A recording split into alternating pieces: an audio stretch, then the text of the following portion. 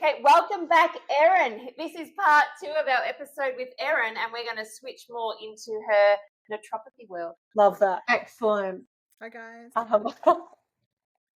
If you listen to it, please go back to our previous episode with Erin to listen about her history with lipedema. And now, because she's a naturopath, we get a 2-for-1.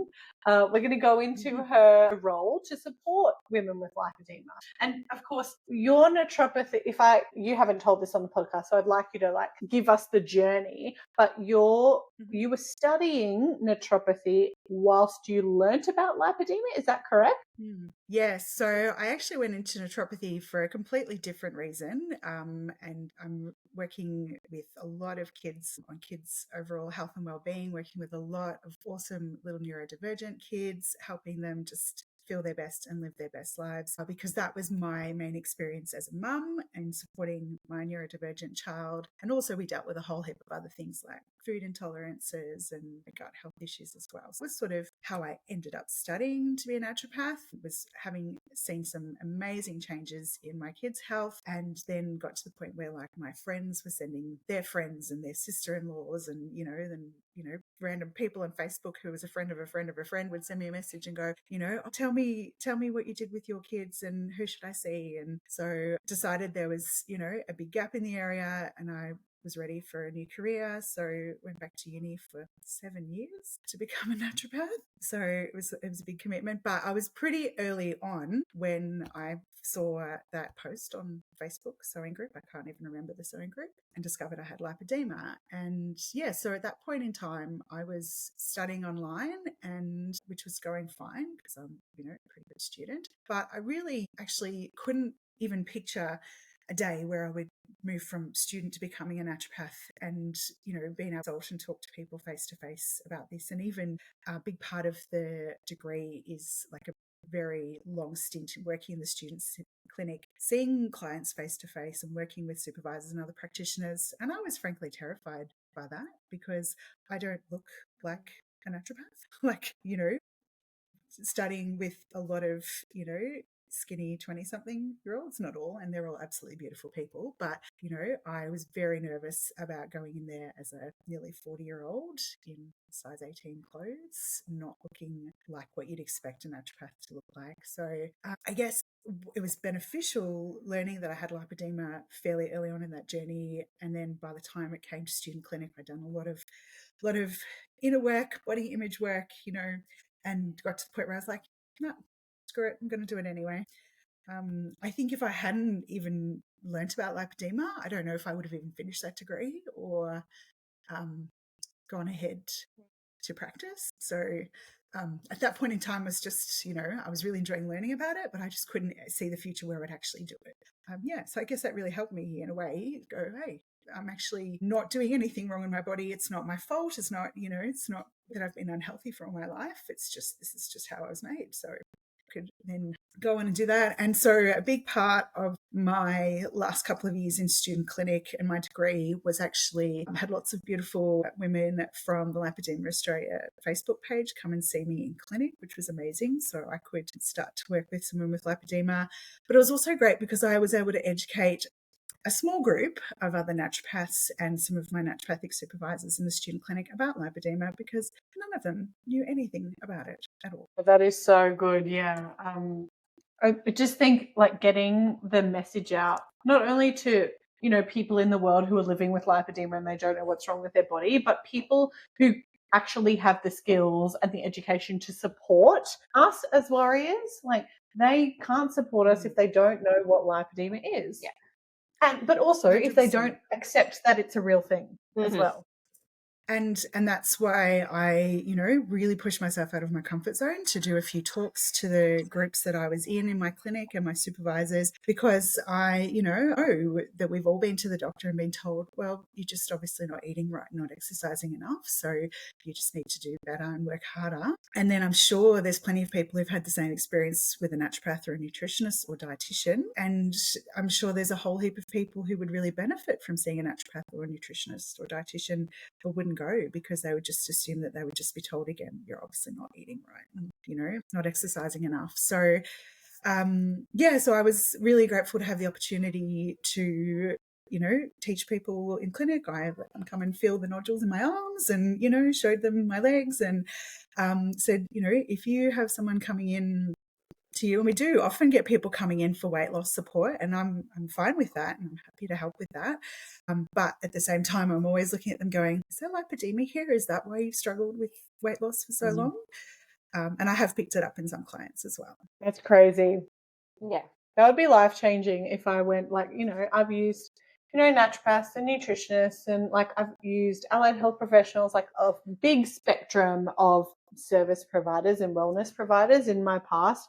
I can't imagine somebody giving me an answer in one of those appointments, an answer to why, if it doesn't equal outcome in terms of the way my body looks. That would be incredible. Yeah, it's a really difficult thing. Like when I've seen, and obviously you can usually clock lipedema pretty quickly when I meet someone for the first time, and then, but it's obviously not what I open with. It's what are your concerns and what are you here for? And but if it does come up, I actually keep the Lipedema Australia, why are my legs different, poster framed in my office, and I have it sort of visible at the back of my bench there. But I'll often bring it out to people when we are talking about weight, and I go, look, really happy to talk to you about weight and nutrition, and very much my focus is always health before weight, and health before size. But before we do, too much, just let's have a look at this poster. This is a condition that I have and that I know a lot of people have but aren't diagnosed with. So let's just, have a look through this first and see if any of this sounds familiar. And for many people, no, but for some people,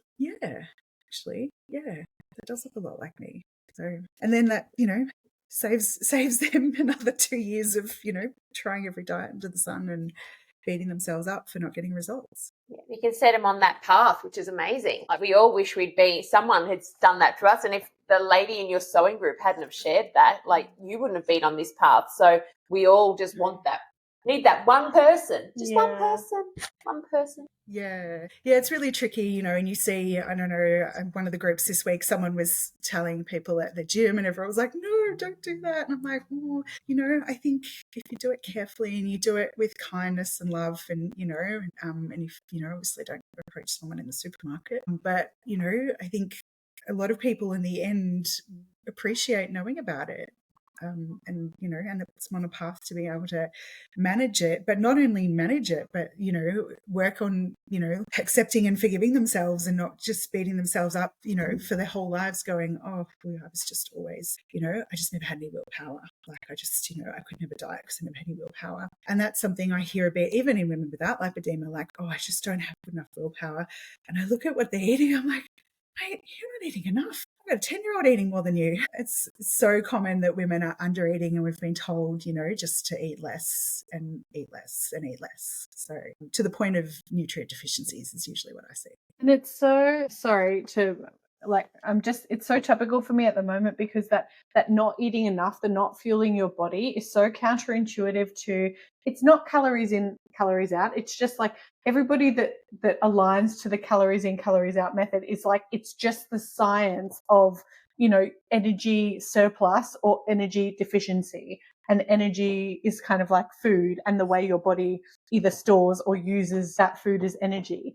And so you sort of think, you gaslight yourself because you're like, well, I'm not eating a lot of food, but how am I not in a deficit because I'm not eating a lot? How am I not then getting smaller? Because you hear this rhetoric of the only answer is to have less energy coming in than going out. To burn more energy, to burn off more fat cells. Yeah. Well, but there's so many systems at play. But even if you think about a car, you put petrol in the car goes. But depending on how, if you've got underinflated tires, if you're traveling, towing a trailer, you're going to use more fuel. And so even that, when you go back to that, it's still not one equals the other, because there are so many other facets, what's my word? Well, the complication is variables. Finding what those variables are and then responding to those variables. That's the problem, because and we need the maths doesn't add up. No, we need to understand that our bodies are not like computers or, like it's just, or cars. It's just not as simple as energy in equals energy out, because our bodies have these amazing mechanisms to maintain homeostasis. So when we are under eating or fasting, historically, or even today, happening right now in places in the world, people are living in famine and their bodies have, underlying mechanisms that works really hard to fight to survive those famines. And so what your body does when you're under eating chronically, it actually turns your metabolism down to accommodate that, so you'll notice like you'll start to lose hair, you'll start to feel cold all the time, and you feel fatigued and sluggish, but you're still functioning. You can still get up and do the things you need to do. You just don't feel great. As your body slows that metabolism down. And then generally what happens for those on like low calorie diets is weight loss slows. So then they're told to take their calories down again, which just makes it even worse. It's just cycle. And then, when you realize that you just can't live on a tub of yogurt and a cup of soup all day, you go back to eating, a reasonable amount of calories, but your metabolism has actually slowed down. So then you're in calorie excess again just by eating your normal meals, and then you put that, you lose, they say like you lose 5 kilos, you put 7 back you're in on. this big surplus because you So it's so frustrating, and complicated. it's I'm a late 80s 90s kid, and that was what remember reading the Women's Day magazines and doctor's clinic, and it's just as simple as just just eating less calories. And we've really got to really change that mindset, and that's if it was that simple, we wouldn't have weight problems. There would be no obesity issue. And and for our bodies, especially with lipedema, we've got to understand that the genetics are there. There was some amazing speakers at the Lipedema conference last year. Dr. Tara Kinesis, I remember she said, put the lipedema fat cells in the petri dish and they're multiplying on their own. They're not even consuming any food. They're just in there multiplying on their own. So, can't keep beating ourselves up and under eating and starving ourselves to the point of nutrient deficiency, trying to lose lipedema fat, because all we do is stuff up our hormones and our metabolism and cause, mental health issues and fatigue and thyroid dysfunction. Snowball. Yeah. Craziness, right? Yeah. But, so it's a really, like you were saying before, it takes... You go. I completely understand the desire. And so I found out I had lipedema, and I saw the Facebook post and I was like, I'm pretty sure that's me. And I was like, you know what? I'm just going to do one last ditch attempt at losing weight first before I go to the doctor and get diagnosed. I was just like, maybe I've just never done it right, and maybe I really just don't have good enough willpower. So I'm just going to do one last ditch attempt at losing this weight, just to be really sure I have this before I go to the doctor. And of course, it didn't really work. Disheartening. Yeah, because we always think, well, that's right. That's right. Because it's something that we really don't have a lot of control over. And I was, and like with you just saying about the petri dish, then that's just insane. It's insane. And I was only the other day, because I used to weigh myself every day, and then I just went, because I've been going through some shit at the moment. And so I hadn't weighed myself, and then I went, I'll jump on, let's just see what's happened. And I haven't really changed my eating. I've put on 5 or 6 kilos in the last 3 months, and I'm like, I can't control that. So why am I measuring something I can't really control?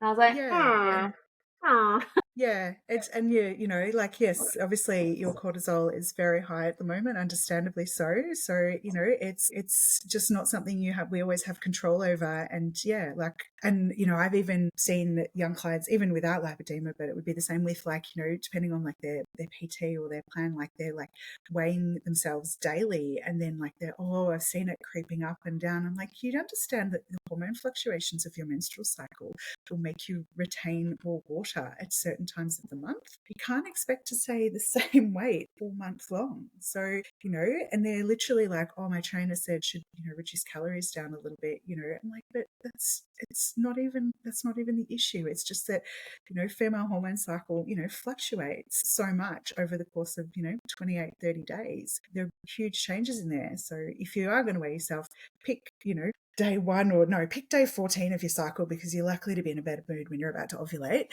and weigh yourself on that day every month, and that's it, and just track that day, one day every month, because then you're actually going to get data that you can compare, rather than tracking day 1 when you're menstruating to day 14 when you're ovulating to day 25 when you're about to get your period and you're just trying not to stab someone. It's a big difference. Yeah, like it is just data, isn't it? And yeah, can't put hang too much hope on it, or too much. I keep losing my words today, Erin.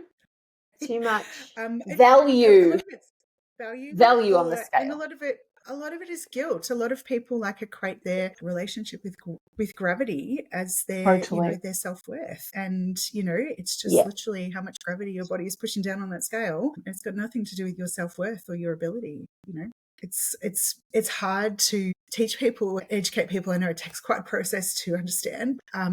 You can still be a valuable person in a bigger body. You don't have to, fit into the standard body size. You can still be intelligent, worthwhile, and help people in a bigger body. Agreed. Yeah.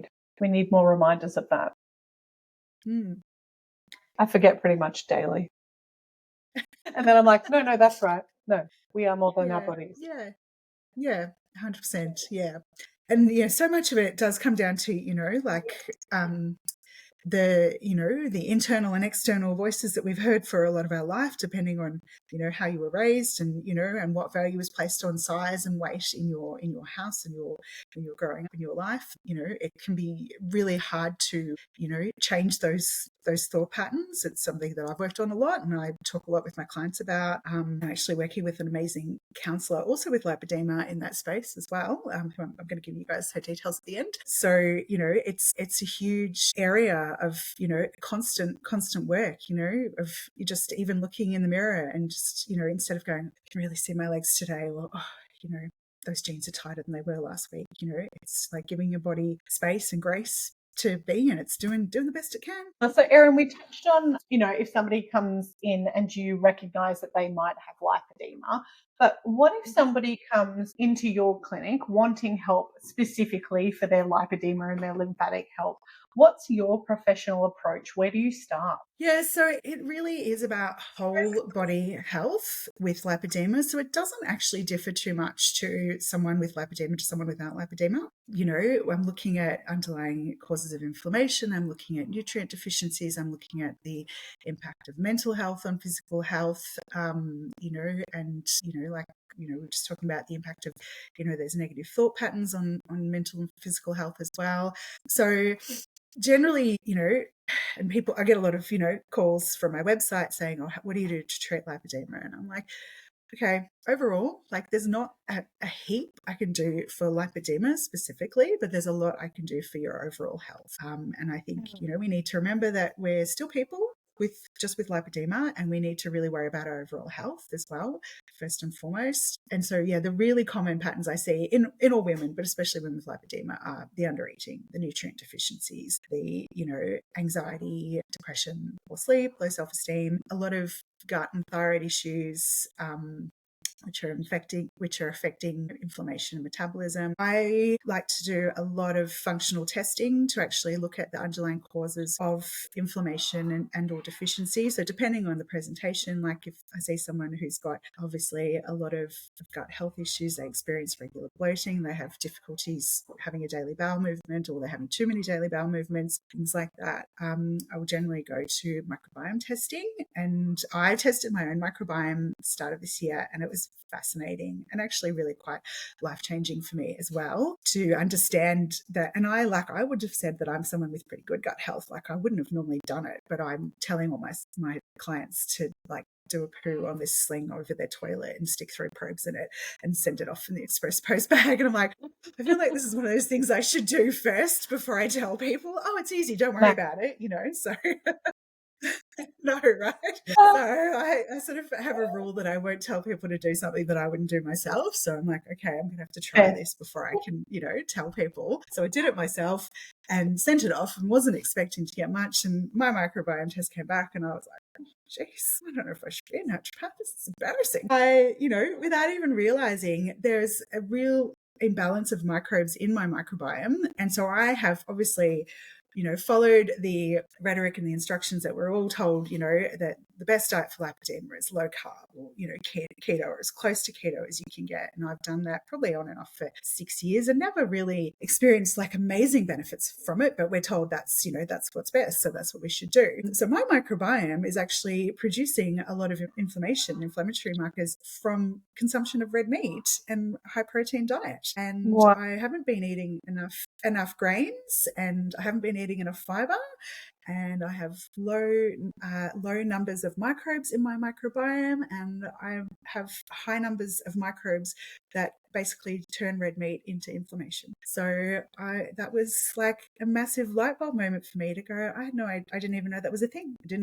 Wow. So since then I've like made a lot of changes in like the way I'm eating protein, a lot more plant protein and fish, a lot less red meat. And I really feel it now, like when we have red meat, and obviously I've got, young kids, and spaghetti bolognese and lasagna is king in my house, but I have to be really careful not to have that 4 nights a week. And when we do have it, even a couple of nights a week, I really notice I feel worse having it. So Yeah.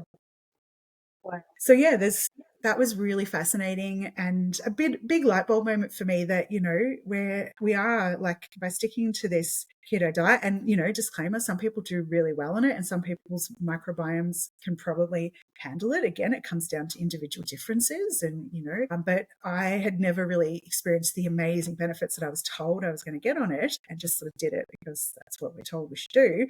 And then, having looked at actually how my microbiome is responding to my diet, I can see that it's not actually the best diet for me. So I've made some big changes and actually feeling so much better for it, and have less inflammation and less swelling of my ankles. And so that was really cool. So that now is like, depending on the presentation of the clients, a test I'll often go to look at underlying causes of inflammation in the gut and the microbiome.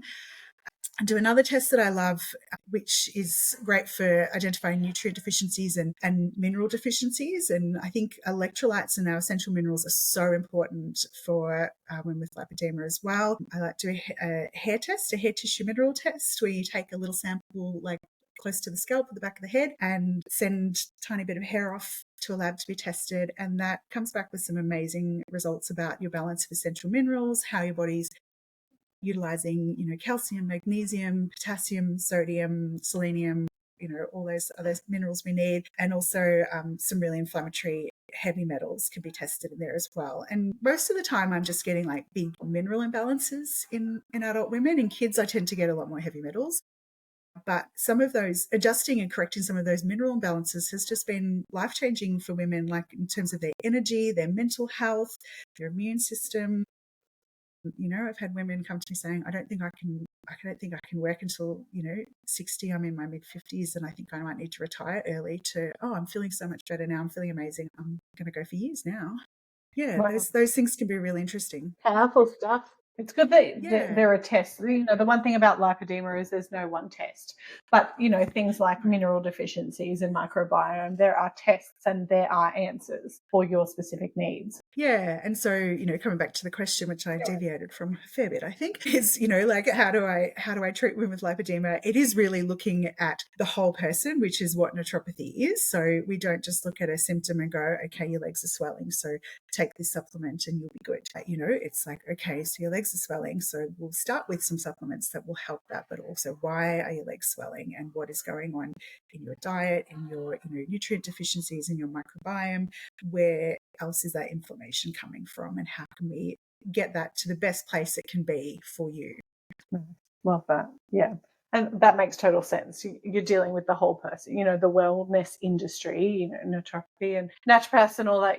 You're dealing with the whole person, the whole system, all systems. Yep. Yeah. All the systems. Yeah. Amazing. So, Erin, as we wrap up this episode, we've got 2 last questions. The first one, very important. Where can the lipedema community find you and your services as a naturopath? I am in beautiful Frankston, Victoria. I consult out of a lovely little practice down here in Frankston. You can find me on my website, which is Erin Dalton Naturopathy. lipedema.com.au. And so I offer in-person consults in Frankston, but I also offer telehealth Australia-wide. And so I do often have Lipedema clients who see me via telehealth because they've found me online. On my website, I've got blog articles, so you can actually read about. I've written a blog after the Lipedema conference last year. I was inspired to share my story with lipedema. So there's a blog on there about me specifically and how I came to discover and my experiences managing that. And then there's a bit more information about like what lipedema is specifically as well for those people who are not really sure. They've just heard about lipedema. So that's there. And I've got a blog mostly written that one of these days I'll get around to publishing about how naturopathy can support lipedema, but I've covered most of it in today's podcast anyway. So yeah, that's how you find me. Amazing. Erin, if you could go back and give yourself a pep talk, your younger self a pep talk, what would you tell her? Going to probably tear up a bit at this. I think it's so important for us to stop blaming ourselves and stop the you've done something wrong. I think we've all heard that so much over our lives. Yeah, so I think it's really important that, we do, stop blaming ourselves, stop shaming ourselves for a condition that none of us would have picked having. And, none of us did pick having. It's just genetics and the luck of the draw. I'm the only one out of my family that has it. So, yeah, me. My sister got endometriosis and adenomyosis though, so I don't know that I'd swap.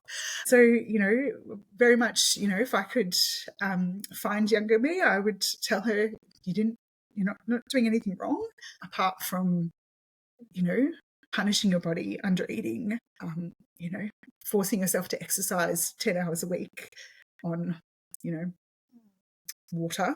I used to do, several hours at the gym on water, and it's not helping. It's making it worse. It's far better to understand what's going on and start looking after yourself as best as possible, to, be able to manage this condition as best as possible, but also to be able to live your life as best as possible. Absolutely. Yeah. Thank you, Erin. Yeah, thank you. Oh, this has been a wonderful 2 episodes. I'm a bit chuffed that we get 2 for 1 with you, Erin. It's always nice. And also the fact that you are a naturopath and you're able to support women with lipedema through your knowledge and expertise as naturopath, but also with your lived experience. And I think that is so important because you're coming from a place of pure understanding. Yeah, not just textbook, I've read about your condition. Like you're walking the same path. Yeah. You're in the trenches with us. Yeah.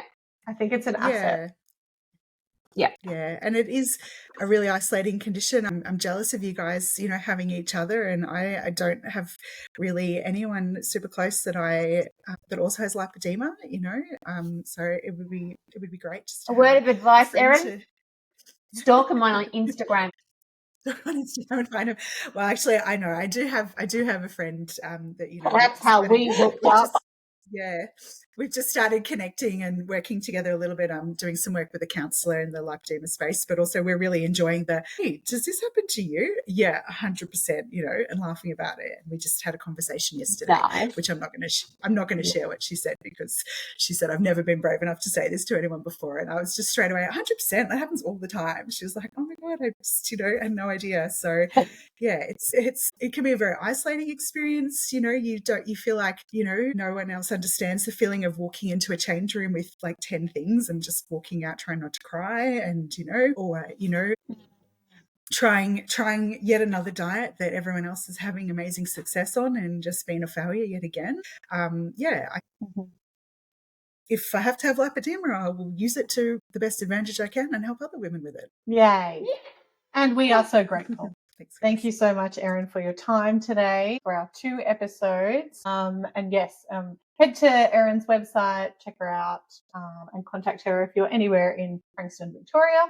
Amazing. Thank you, Erin. Thank you. See you. Bye. Bye. The Lipedema Podcast 2025 is powered by Elegance Lymphatic Care. Lipedema and its symptoms vary from individual to individual. The opinions and advice voiced in this podcast are of a personal nature and used for educational purposes. Please take away from this podcast what resonates with you, and please see your GP or preferred specialist for diagnosis and healthcare. We are Shelley and Tiana from the Lipoedema Podcast. Until our next episode, bye for now.